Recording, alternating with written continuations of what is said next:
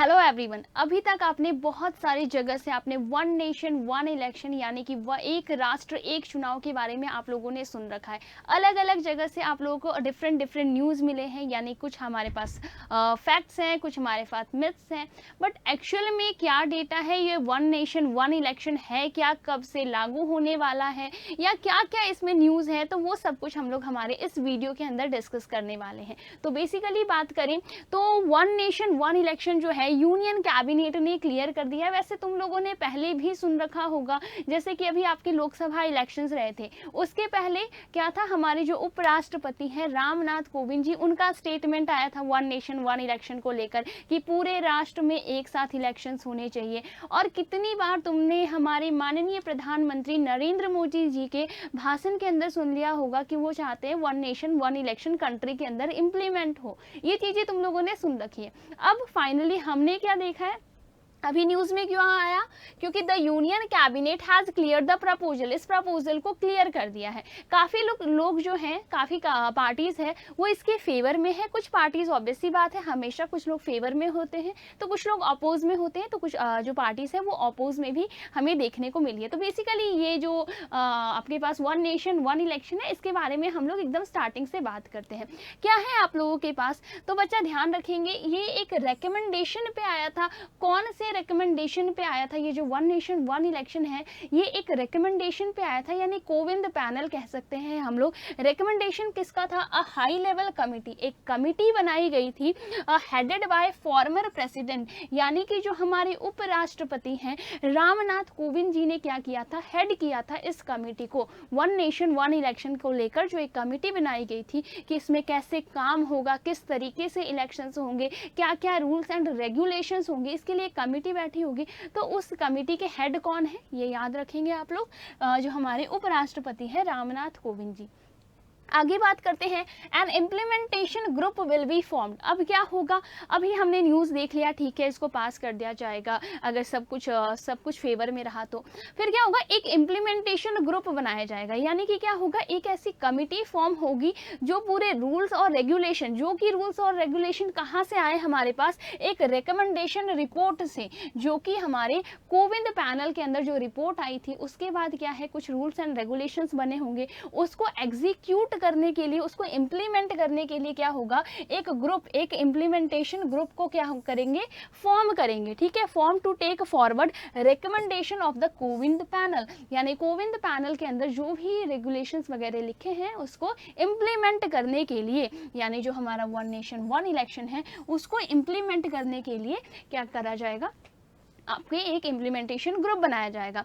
आगे डिस्कस करते हैं। उसके अलावा अश्विनी वैष्णव जी की बात करें तो इन्होंने यही कहा है कि वो इम्प्लीमेंटेशन जो ग्रुप रहेगा उसका पूरा काम रहेगा कि एग्जीक्यूट करना इस कोविंद पैनल के जितने भी स्टेटमेंट्स हैं उस पर सही तरीके से क्या होनी चाहिए, कार्य होना चाहिए, सही तरीके से काम होना चाहिए। अब एक बार हम लोग क्या देखेंगे, how the government plan to implement. अब सरकार ने कुछ प्लानिंग तो करी होगी कि अगर हम वन नेशन वन इलेक्शन इतना बड़ा चेंज लेकर आने वाले हैं तो क्या कुछ प्लानिंग तो करी होगी। वैसे ना एक बात बताती हूँ, ये वन नेशन वन इलेक्शन ना हमारे कंट्री में पहली बार नहीं हो रहा है।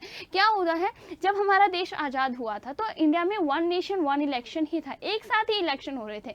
बट कभी कभार क्या हुआ, किसी न किसी राज्य में जो इलेक्शन है वो डिसॉल्व हो गया, मीन्स पावर डिसॉल्व हो गई, तो फिर क्या हुआ, वहाँ पे बाद पे इलेक्शन हुए, यानी फिर उसके 5 साल बाद वहाँ इलेक्शन हुए बाकी के साथ में। ऐसे करके अलग अलग स्टेट्स में जैसे ही पावर हमें डिसॉल्व होते हुए दिखी तो फिर वहाँ पे वापस इलेक्शन करने पड़े, इसलिए ये जो आपका एक साथ हुआ करता था वो जो क्या है वो तालमेल टूट गया। ठीक है, तो अब वापस हमारा वन नेशन वन इलेक्शन आ रहा है। ऐसा नहीं है कि ये पहली बार है, ठीक है, ये पहले भी होता था। और देखो वन नेशन वन इलेक्शन की कुछ अच्छी बातें क्या होती है, चलो प्रोज एंड कॉन्स अपन लास्ट में डिस्कस करेंगे, अभी पहले ये पढ़ लेते हैं। अभी क्या है आपके पास, how the government plans to implement, यानी कि जो गवर्नमेंट है वो कैसे प्लानिंग कर रही है इसको इम्प्लीमेंट करने करने के लिए, तो प्लानिंग देखो, simultaneous election will be implemented in 2 phase. इसको क्या है, 2 फेज में इसको कंडक्ट कराया जाएगा। जो आपका वन नेशन वन इलेक्शन है ये 2 अलग अलग फेज में रहेगा। जो आपका पहला फेज है, ठीक है, ध्यान रखेंगे, जो फर्स्ट फेज है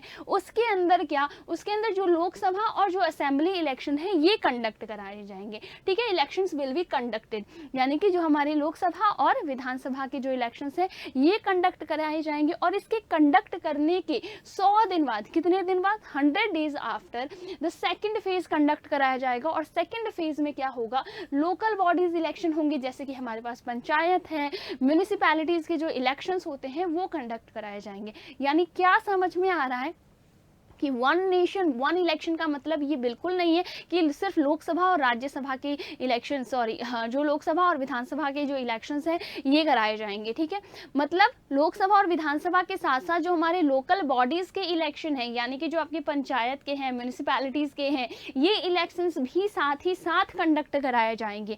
आगे बात करें, there will be a common electoral roll, ठीक है। इसमें क्या है बच्चा, जो आपका इलेक्टोरल रोल भी है ये भी कॉमन होगा। इलेक्टोरल रोल क्या होता है, आपने देखा होगा जब इलेक्शंस होते हैं तो हमारे पास एक लिस्ट आती है जिसमें हम नाम चेक करते हैं, हमारा नाम है नहीं है, है ना, तो वो आपके पास इलेक्टोरल रोल होता है। तो एक इलेक्टोरल रोल भी कॉमन होगा। पहले क्या हुआ करता था, जो आपके पास जैसे स्टेट के इलेक्शंस हैं, लोकसभा के इलेक्शंस हैं, तो इसके electoral roll election commission of India बनाती थी। और आपके जो लोकल बॉडीज के जो हैं वो कौन बनाता था, तो जो स्टेट अथॉरिटीज होता है, स्टेट इलेक्शन अथॉरिटीज, वो बनाया करती थी। बट अब क्या है, कॉमन इलेक्टोरल रोल रहेगा, यानी दोनों के लिए ही कॉमन रहेगा।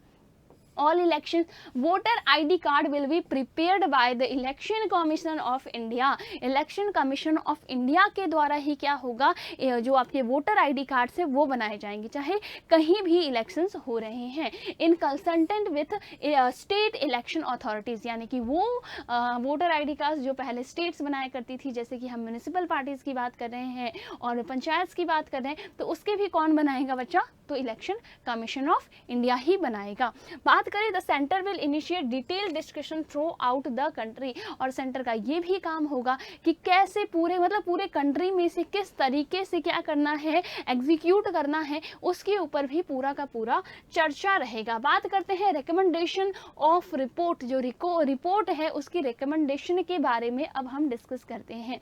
वो क्या पॉइंट है बच्चा, देखेंगे। According to the committee when parliament meets an appointed date, किसकी बात हो रही है, एक अपॉइंटेड डेट की बात हो रही है, should be set to notify the move.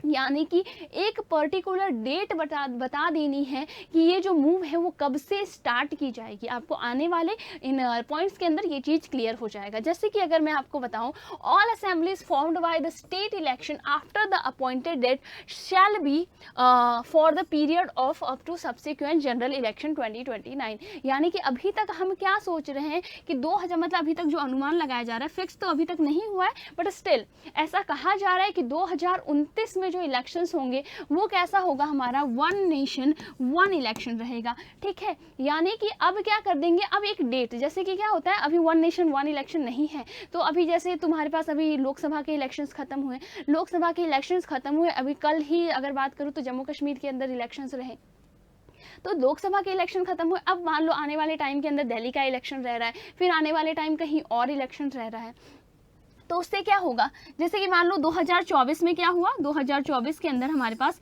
Jammu and Kashmir का इलेक्शन हुआ, ठीक है। और जम्मू एंड कश्मीर की बात करें तो 2029 के अंदर क्या हो जाएगा, इसके 5 साल पूरे हो जाएंगे। हमारे इलेक्शंस के हिसाब से 5 साल की पावर होती है। देन अगर मैं बात करूँ, मान लो किसी स्टेट की इलेक्शन 2027 में होता है, ठीक है, पर वो जो 2027 का इलेक्शन है ना, उसका भी तुम सोचोगे कि 5 साल तक पावर होता है, तो मतलब 2027 के हिसाब से 5 साल तो 2029 तक पूरे होंगे ही नहीं। तो यही है, तो 2027 में अगर कोई गवर्नमेंट बनी है तो वो मात्र 2 साल के लिए ही बनेगी, क्योंकि 2029 से वन नेशन वन इलेक्शन आ जाएगा। यानी कि भले ही कोई गवर्नमेंट 2028 में बन रही है, 2025 में बन रही है, 26 में बन रही है, 2024 में बन रही है, वन नेशन वन इलेक्शन जो रहेगा आपका 2029 से ही रहेगा। फिर मैम आपने कहा कि हमारे यहाँ पहले भी वन नेशन वन इलेक्शन था, बट स्टेट के जो पावर है वो डिसॉल्व होने के कारण, किसी पार्टी का डिसॉल्व होने के कारण हमें देखने को मिला कि वहाँ वापस से इलेक्शंस हुए हैं, और जिस वजह से ये तालमेल बिगड़ा है, तो ये तो वापस भी हो सकता है ऑब्वियस है। बट यहाँ पे क्या चीज़ें चेंज करी गई है कि जैसे 2029 में वन नेशन वन इलेक्शन अगर आ गया, और उसके बाद कहीं पे भी किसी स्टेट के अंदर अगर मान लो स्टेट लेवल पे जो भी है आपके पावर डिसॉल्व होता है, तब क्या होगा कि उसी डेट से आपके काउंट किया जाएगा। यानी 2029 की बात करें तो 2029 के बाद क्या होगा, 2034 में होना चाहिए इलेक्शन, और मान लो कहीं किसी स्टेट का 2030 के अंदर या फिर 2032 के अंदर क्या हुआ, मान लो पावर डिसॉल्व हो गया, ठीक है, तो क्या होगा, पावर गई, तो क्या होगा 2032, तो यानी इतने टाइम पीरियड 2 साल के लिए ही क्या होगा, वो इलेक्शन मीन्स रहेगा, और 2034 में वापस से one nation one election conduct कराया जाएगा।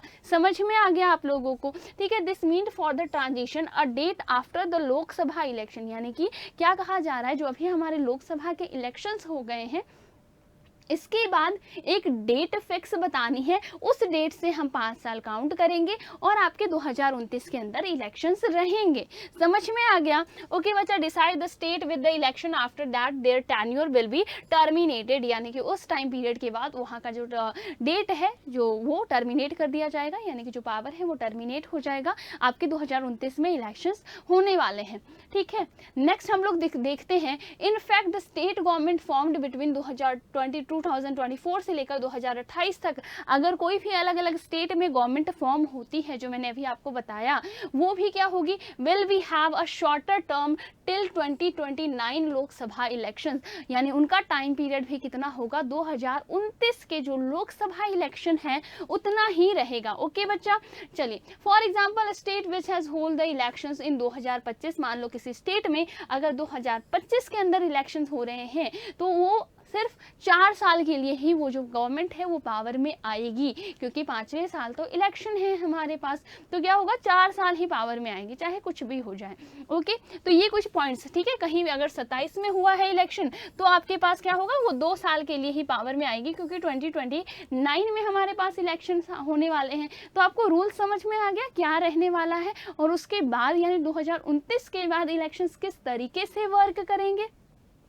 ओके, अब देखो हर एक चीज़ के कुछ ना कुछ हमारे पास प्रोज होते हैं, कुछ ना कुछ कॉन्स होते हैं, कुछ अच्छी बातें होती है, कुछ बुरी बातें होती हैं। पहले हम प्रोज के ऊपर, पहले अच्छी बातें क्या है वो जान लेते हैं ना, अच्छी चीज़ें क्या है। तो देखो इधर अच्छी चीज़ें क्या है, तो ध्यान रखेंगे वन नेशन वन इलेक्शन के जो है ना प्रोपोनेंट्स हैं, यानी कि जो अच्छी विचार रखते हैं, जो कहते हैं ये अच्छी चीज़ है, उनका सोचते हैं वन नेशन वन इलेक्शन से that India to become a developed nation, यानी इंडिया को डेवलप्ड नेशन बनने के लिए क्या है, बार बार जैसे, ठीक है, अनकम्बर्ड गवर्नमेंट्स इज वेरी इंपॉर्टेंट, यानी कि क्या है कि मतलब ऐसा गवर्नमेंट नहीं चाहिए, ऐसा सरकार नहीं चाहिए कि बार बार वो है ना कुछ भी काम करिए, काम करते करते बीच में इलेक्शन का काम करना है, फिर थोड़ा सा कुछ काम हुआ, 2 महीने हुए, जैसे अभी हमने देखा लोकसभा इलेक्शंस खत्म हुए, अभी जम्मू कश्मीर के इलेक्शन हो गए, फिर अभी जम्मू कश्मीर के इलेक्शन खत्म होंगे, दिल्ली के इलेक्शन आ जाएंगे, यानी क्या होगा, हर थोड़े थोड़े टाइम में इलेक्शंस, सरकार काम करिए फिर इलेक्शन में लगो, फिर थोड़ा सा काम करिए फिर इलेक्शन में लगो, तो ऐसे क्या होगा, ऐसे ना काम सही से हो नहीं पाएगा। तो डेवलप नेशन हम बहुत जल्दी मतलब बनना थोड़ा मुश्किल है। And having election every few month, हर कुछ महीने में अगर हमारे पास इलेक्शंस होने लगे, ruling party from focusing the issues that matters, यानी वो इश्यूज जो एक्चुअल में मैटर्स करती है, जो बहुत बड़ी प्रॉब्लम है जिसको सॉल्व करना बहुत जरूरी है, उसकी जगह कैंपेन्स के अंदर क्या करेगी, ज़्यादा से ज़्यादा उनको ध्यान देना पड़ता है, क्योंकि उनको भी पावर में आना है ही है। तो वो क्या करती है, मेन मुद्दे से भटक कर, जो एक्चुअल में कंट्री जो प्रॉब्लम फेस कर रही है उससे भटक कर वो कैंपेन में ध्यान देने लगती है। आगे बात करें, this point has been highlighted by prime minister Narendra Modi ji, ठीक है, जो हमारे माननीय प्रधानमंत्री मोदी जी हैं, उनके द्वारा भी इस पॉइंट को क्या किया गया है, रेज किया गया है, who has been speaking about the need of, यानी कि जिन्होंने बहुत बार अपने कितने सारे उनके स्पीच के अंदर कितनी बार उनकी जो पब्लिक गैदरिंग रही है उसके अंदर आपने सुन रखा होगा, उन्होंने साइमल्टेनियस इलेक्शंस यानी कि वन नेशन वन इलेक्शंस के बारे में बात करी है। सीन्स जब वो मतलब कि जब वो 2014 के अंदर जब वो अपनी ऑफिस को उन्होंने संभाला है, ठीक है, तब से उन्होंने इस पॉइंट के ऊपर बहुत बार डिस्कशन करा है कि वह हमारे भारत में वन नेशन वन इलेक्शन होना ही चाहिए। अब आपके पास कुछ ओपोनेंट्स हैं, है ना, हमेशा कुछ ना कुछ ओपोनेंट्स होते हैं, हमेशा स्टार्टिंग में ही हमने डिस्कस किया। तो उनके क्या पॉइंट ऑफ व्यू है? Opponents argue that there is a very real risk, यानी कि ये एक वास्तविक क्या है बच्चा, संकट है जो फेस किया जा सकता है। Real risk of regional issues getting overshadowed, यानी कि जो छोटे छोटे जगह के जो छोटे छोटे इश्यूज है ना, वो नेशन वाइड के जो बड़े बड़े इश्यूज है ना, उससे क्या हो जाएंगे, उससे शेडेड हो जाए। मतलब कि कुछ बहुत बड़े बड़े प्रॉब्लम्स जो नेशन के हिसाब से हैं और जो उस रीजन के हिसाब के जो प्रॉब्लम्स हैं उसको कहीं नेग्लेक्ट हो जाएगा, ठीक है, उस पर कोई ध्यान नहीं देगा। Nation once when entire country vote at once, यानी कि पूरी कंट्री जब एक साथ वोट करेगी तो क्या हो जाएगा, ओवरशैडो हो जाएगा। जो क्या है बच्चा, जो रीजनल इश्यूज है वो क्या हो जाएंगे, ओवरशैडो हो जाएंगे बाय द नेशनल वंस, यानी कि जो हमारे नेशन के जो इश्यूज है उससे ओवरशैडो हो जाएंगे। लोग नेशन वाली चीजों पे ध्यान देंगे, ना कि रीजनल चीजों के ऊपर। आगे डिस्कस करते हैं। It has already been seen that voter picked in different parties for Lok Sabha, और हमने बहुत बार देखा है, बहुत सारे स्टेट्स में देखा है कि जो लोग वोटर्स क्या करते हैं, लोकसभा के लिए अलग पार्टी को सेलेक्ट करते हैं और आपके विधानसभा के इलेक्शंस के लिए अलग पार्टी को सेलेक्ट करते हैं। आपने देखा होगा, दिल्ली एग्जांपल ले लो, दिल्ली में क्या होता है, जनरली लोग लोकसभा इलेक्शन में बीजेपी को सपोर्ट करते हैं, बट वहीं पे जब विधानसभा की बात आती है, जब स्टेट इलेक्शन की बात आती है तो आम आदमी पार्टी को सपोर्ट करते हैं, है ना। ऐसा आपने बहुत बार देखा होगा।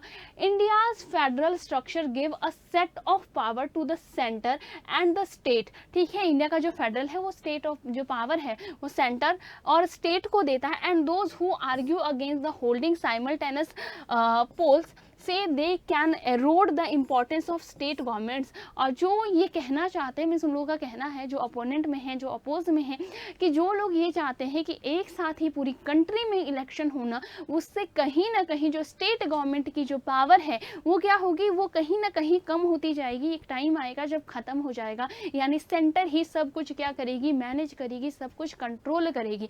ओके बच्चा, तो ये था हमारे आज के क्लास के अंदर, इस आज के छोटे से इंफॉर्मेटिव वीडियो के अंदर वन नेशन वन इलेक्शन के बारे में आपका क्या सोचना है, आप किस फेवर में हैं, आप इसके है ना मीन्स आप इसके फेवर में हैं या इसके अपोज में हैं, आप उसके बारे में अपनी राय मुझे कमेंट सेक्शन में दे सकते हैं, ठीक है। तो मिलते हैं ऐसे ही नेक्स्ट इंफॉर्मेटिव वीडियोस में, तब तक के लिए बने रहिए और अपना ख्याल रखिए।